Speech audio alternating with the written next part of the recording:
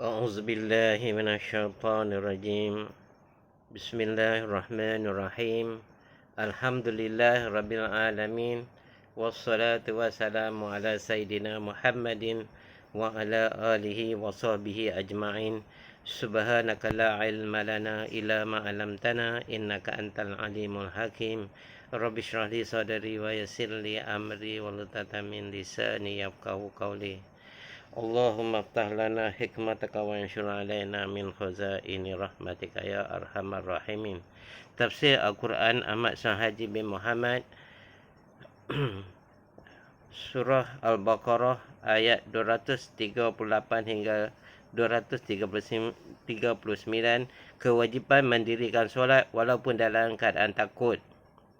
240 hingga 242. Wasiat untuk isteri dan mut'ah. أعوذ بالله من الشيطان الرجيم. بسم الله الرحمن الرحيم. حافظوا على الصلوات والصلاة الوسطى وقوموا لله قانتين. Ayat 238. Peliharalah oleh kamu semua sembahyang dan sembahyang pertengahan pilihan, yakni asar, dan berdirilah kerana Allah dengan keadaan kamu taat setaat-taatnya.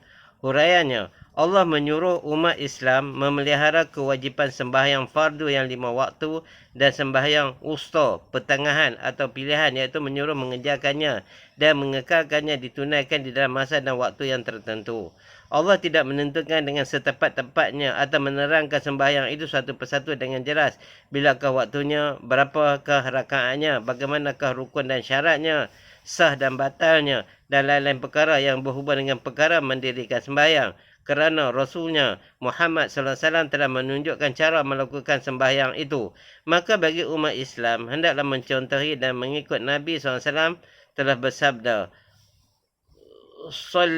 Sallu kama ra'aitumuni usalli. Sembahyanglah kamu caranya seperti kamu lihat aku sembahyang. Apa yang dilihat oleh para sahabat Nabi, bagaimana baginda mengerjakan sembahyang, semua yang tercatat dengan lengkapnya dalam sebuah catatan yang dinamakan hadis. Kemudian telah diterangkan pula sejelas-jelasnya oleh para ulama di dalam kitab-kitab fiqh. Penerangan inilah yang menjadi pegangan atau panduan orang-orang yang datang kemudian. Bagi kali pertama sembahyang fardu diwajibkan, Rasulullah SAW telah lebih dahulu diajar oleh malaikat Jibril AS bagaimana menunaikannya. Hal ini telah diterangkan oleh beberapa hadis, antaranya sebuah hadis riwayat Abu Daud dan At-Tirmizi dari Ibnu Abbas radhiyallahu anhu, yang maksudnya kira-kira demikian. Nabi SAW telah bersabda, malaikat Jibril AS telah mengimami saya. Jibril jadi imam, Nabi jadi makmum dekat Kaabah dalam sembahyang selama 2 kali. Dia datang untuk sembahyang zuhur kali yang pertama pada waktu matahari di tengah-tengah langit. Kemudian datang untuk sembahyang asar pada waktu bayang-bayang sesuatu benda sama panjangnya dengan benda itu. Kemudian datang untuk sembahyang maghrib pada waktu matahari terbenam dan orang-orang berbuka puasa. Kemudian datang sembahyang isyak pada waktu awan merah telah hilang. Kemudian datang untuk sembahyang subuh pada waktu fajar dan diharamkan makan bagi orang yang hendak berpuasa keesokan harinya. Malaikat Jibril datang untuk sembahyang zuhur pada kali yang kedua pada waktu bayang-bayang. Suatu benda serupa panjangnya dengan benda itu seperti masa waktu asar telah masuk semalam. Kemudian datang untuk sembahyang asar pada waktu bayang-bayang, suatu benda panjangnya 2 kali dengan benda itu. Kemudian datang untuk sembahyang isyak pula waktu malam telah berjalan sepertiganya. Kemudian datang untuk sembahyang subuh ketika pagi telah terang. Kemudian Jibril menoleh kepada saya berkata, Ya Muhammad, itulah waktu para Nabi AS sebelum Tuhan. Maka waktu sembahyang fardu itulah ialah di antara kedua-dua waktu tersebut. Hadis ini menjelaskan permulaan dan penghabisan waktu-waktu sembahyang fardu. Maka suruhan memelihara sembahyang dalam ayat ini ialah mengekalkannya dengan secukup rukunnya pada waktu-waktu yang terkhas baginya. Patuh kepada kewajipan tahu memelihara waktu, jangan sampai kewajipan-kewajipan itu ditangguh-tangguhkan hingga luput waktunya. Setelah Allah menyuruh mengekalkan pekerjaan sembahyang fardu yang 5, dituruti pula dengan suruhan memelihara sembahyang wusta, artinya pertengahan, atau dimaksudnya juga sembahyang pilihan kerana ada mengandungi kelebihan dan pahala-pahala yang besar. Allah tidak menentukan di dalam mana-mana ayat apakah solat wusta atau sembahyang wusta tersebut untuk diketahui dengan tepatnya. Tetapi disebut secara umum sahaja yang demikian itu supaya petugas-petugasnya tidak mengutamakan sesuatu jenis sembahyang fardu sahaja yang kemudian mencuaikan yang jenis yang lain pula. Bahkan hendaklah menunaikan semua sekali sembahyang 5 waktu itu, dan dengan ini bererti telah memelihara pula sembahyang wusta. Banyak para ulama memberi berbagai-bagai pendapat dan masing-masing dengan sandarannya pada mentakwilkan sembahyang wusta tersebut. Di antaranya ada juga menyebutkan sembahyang subuh, ada yang menyebutkan sembahyang zuhur, dan ada pula yang menyebutkan sembahyang asar. Ini termasuklah salah satu kaul Asy-Syafi'i yang muktamad, dan ada yang menyebutkan sembahyang insya. Ada pula pendapat lain yang banyak mendapat sambutan para ulama, iaitu sembahyang wusta ialah salah satu daripada sembahyang fardu yang 5 itu. Tidak ditentukan ainnya, jenisnya, kerana tidak ada ayat lain yang menerangkannya. Oleh Tuhan, sembahyang wusta itu telah disamarkan dari diketahui dengan tepatnya, sekalipun ada diterangkan kelebihannya. Gunanya supaya orang lebih giat memelihara kesemua sembahyang fardu dengan cukup sempurna. Hal ini dikiaskan dengan saat adanya Lailatul Qadar. Adalah menjadi satu hikmat Tuhan menyembunyikan, tidak menerangkan dengan tepat bilakah saat kedatangan Lailatul Qadar yang mempunyai kelebihan lebih dari 1000 bulan itu. Hanya diumumkan pada 10 hari yang terakhir dari malam bulan Ramadan, supaya menggiatkan beramal pada semua malam tersebut. Begitu juga Tuhan menyembunyikan saat al-ijabah, saat Tuhan mengabulkan satu doa pada hari Jumaat. Bersandarkan inilah, maka sembahyang wusta merupakan salah satu dari sembahyang fardu yang 5 pula. Di antara semua pendapat para ulama yang menjadi pegangannya ialah pendapat yang mengatakan bahawa sembahyang wusta ialah sembahyang asar berdasarkan hadis-hadis sahih. Antaranya yang dikeluarkan oleh Tirmizi dan Samurah bin Jundub, bahawa Rasulullah SAW bersabda, "As-salatul usta, salatul asri." Sembahyang wusta ialah sembahyang asar. Hadis hasan dan sahih. Kemudian ayat yang berbunyi, "Waqumu lillahi qanitin." Dan berdirilah kerana Allah dengan keadaan kamu taat setaat-taatnya. Maksudnya, hendaklah mengerjakan sembahyang itu kerana Allah semata-mata dengan sempurna. Jangan ada yang kurang dan rosak rukun-rukun dan sunat-sunatnya.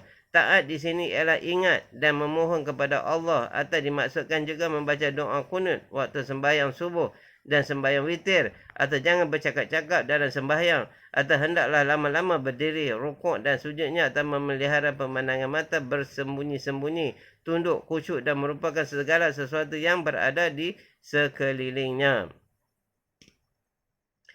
Fa in khiftum farijalan aw rukbana فَإِذَا أَمِنْتُمْ فَاذْكُرُوا اللَّهَ كَمَا عَلَّمَكُمْ مَا لَمْ تَكُونُوا تَعْلَمُونَ.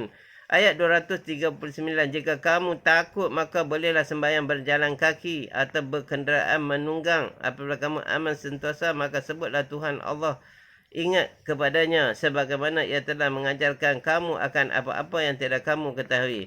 Huraiannya, sembahyang fardu ialah satu kewajipan yang tidak boleh diringan-ringankan, tidak boleh diuzur atau dipermudah, apalagi diundurkan hingga luput waktunya. Selama akal seorang masih sihat, oleh kerana sembahyang itu dengan berdiri, rukuk dan duduk, maka dalam ayat ini Allah memberi keringanan, iaitu sekiranya seseorang itu berada di dalam ketakutan yang amat sangat, bolehlah ia kerjakan sembahyang itu sambil berjalan atau menunggang, sama ada menghadap kiblat atau tidak. Gunanya supaya kewajipan sembahyang itu tetap dipelihara dengan sebaik-baiknya.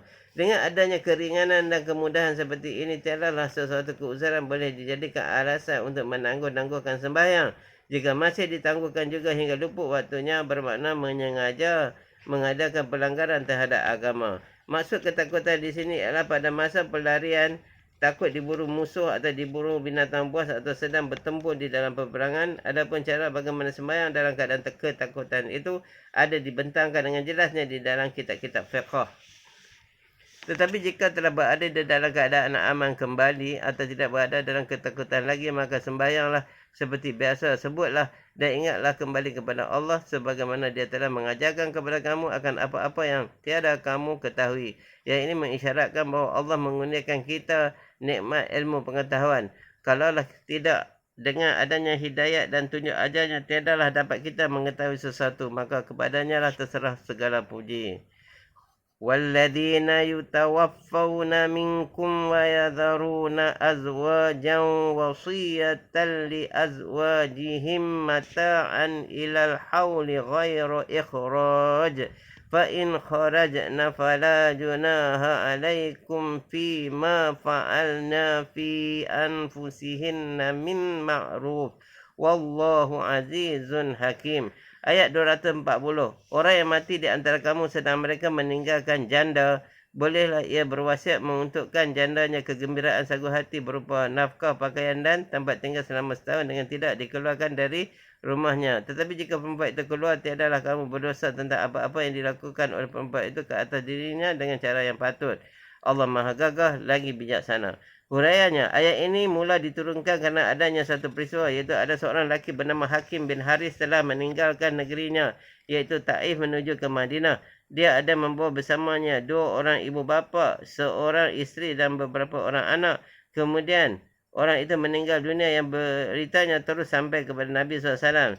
Di atas kematiannya itu turunlah ayat ini. Lalu baginda membahagikan harta warisannya kepada kedua ibu bapanya dan anaknya, sedang isterinya tidak diberi warisan apa-apa. Tetapi baginda menyuruh memberi nafkah dari harta si peninggalan si mati itu yang mencukupi baginya selama setahun. Begitulah hukum yang telah dijalankan pada permulaan Islam. Jika seseorang itu mati, jandanya hendaklah beredar selama 1 tahun. Haram ahli waris suami mengeluarkan dari rumah sebelum cukup masa setahun, dan perbelanjaan bagi nafkah dan tempat tinggalnya selama setahun itu tanggungjawab atas ahli waris suami yang diambil dari harta peninggalannya. Dengan demikian berarti janda itu tidak berhak mendapat warisan, hanya nafkah setahun saja. Dalam pada itu janda tersebut boleh memilih di antara 2 perkara. Pertama, menunggu selama setahun dengan mendapat nafkah dan tempat tinggal. Kedua, atau ia keluar, bermakna ia tidak payah menunggu di rumah suaminya sampai setahun. Tapi dengan sebab keluarnya itu gugurlah pula nafkah dan tempat tinggal untuknya, dan ahli waris suaminya tidak menanggung apa-apa. Maka dengan adanya peraturan yang demikian ini adalah menjadi kewajipan kepada seorang suami sebelum meninggal dunia membuat wasiat yang demikian, iaitu memperuntukkan jandanya kegembiraan dan sagu hati yang berupa nafkah, pakaian dan tempat tinggal selama 1 tahun dan tidak mengeluarkan dari rumahnya. Kesimpulan hukum. Pertama, perempuan itu berhak mendapat nafkah atau tinggal selama setahun dari harta suaminya. Kedua, perempuan itu mesti beredah menunggu selama 1 tahun. Tetapi kemudiannya kedua-dua hukum itu telah dibatalkan sehingga menjadi: pertama, suruhan berwasiat menguntukkan nafkah isteri dan mengadakan tempat tinggal telah dibatalkan hukum dimansuhkannya dengan adanya ayat Miraj. Ayatul Miraj, yang mana isteri akan mendapat hak warisan. Ada kalanya suku bahagian dan ada kalanya setengah bahagian sebagai ganti dari sagu hati, nafkah dan tempat tinggal. Kedua, idahnya selama setahun dibatalkan menjadi 4 bulan 10 hari seperti dalam ayat 234 yang lalu. Ayat seterusnya menjelaskan fa'in kharajna fala junaha alaikum fi ma fa'alna fi anfusihinna min ma'ruf. Tetapi jika perempuan itu keluar, tidaklah kamu berdosa tentang apa-apa yang dilakukan oleh perempuan itu ke atas dirinya dengan cara yang patut. Yang ini ahli waris suami tidak berdosa menahan nafkahnya kalau ia keluar dari rumah suaminya sebelum setahun. Juga tidak mengapa membiarkannya keluar kerana tidak wajib ia mesti menunggu di rumah suaminya selama setahun. Ia boleh memilih sama ada menunggu setahun dan dapat nafkah atau keluar dengan tidak mendapat apa-apa. Tetapi yang akhir ini telah dimasukkan, iaitu janda yang tinggal mati oleh suami wajib menunggu beredar selama 4 bulan 10 hari. Wallahu azizun hakim. Allah gagah lagi bijaksana, yakni Allah Maha Perkasa untuk membalas pelanggaran ke atas batas-batas peraturannya, lagi Maha bijaksana mengatur syariat dan hukum-hukumnya. Walil mutallaqati mata'un bil ma'ruf haqqan 'alal muttaqin. Ayat 241. Perempuan yang diceraikan itu berhak mendapat kegembiraan, yakni muta'ah, dari suaminya secara patut sebagai kewajipan atas orang takwa, yakni takut. Huraiannya, dalam ayat ini Allah mengulangi lagi perkara kegembiraan muta'ah untuk menambahkan penjelasannya pada ayat 236 yang lalu. Dahulu telah diterangkan hukum muta'ah bagi perempuan yang bercerai sebelum disentuh. Tetapi ayat ini secara itlaq menerangkan hukum muta'ah kepada setiap perempuan yang ceraikan, sama ada yang sudah disentuh atau belum disentuh. Muta'ah itu menjadi haknya dan menjadi kewajipan bagi orang yang bertakwa untuk menunaikannya. Kadzalika yubayyinullahu lakum ayatihi la'allakum taqilun. Ayat 242, begitulah Allah menerangkan ayat-ayatnya kepada kamu, semoga kamu memikirkannya. Yakni Allah menjadi kewajipan suami terhadap isteri dan segala hukum-hukum Allah telah diterangkannya dengan perantaran Muhammad SAW sebagai keterangan dan bukti di dalam kitabnya. Mudah-mudahan kamu fikirkan keterangan-keterangan tersebut kerana ia mengandungi kemaslahatan kamu dan keselamatan agama kamu. Wallahu a'lam. Mudah-mudahan apa yang kita baca dan dengar tadi mendapat taufik dan hidayah daripada Allah untuk kita amal yang kita sampaikan, insya-Allah. Subhanakallah bihamdihi, subhanakallah bihamdika, asyhadu an la ilaha illa anta, astaghfiruka wa atubu ilaik. Amin.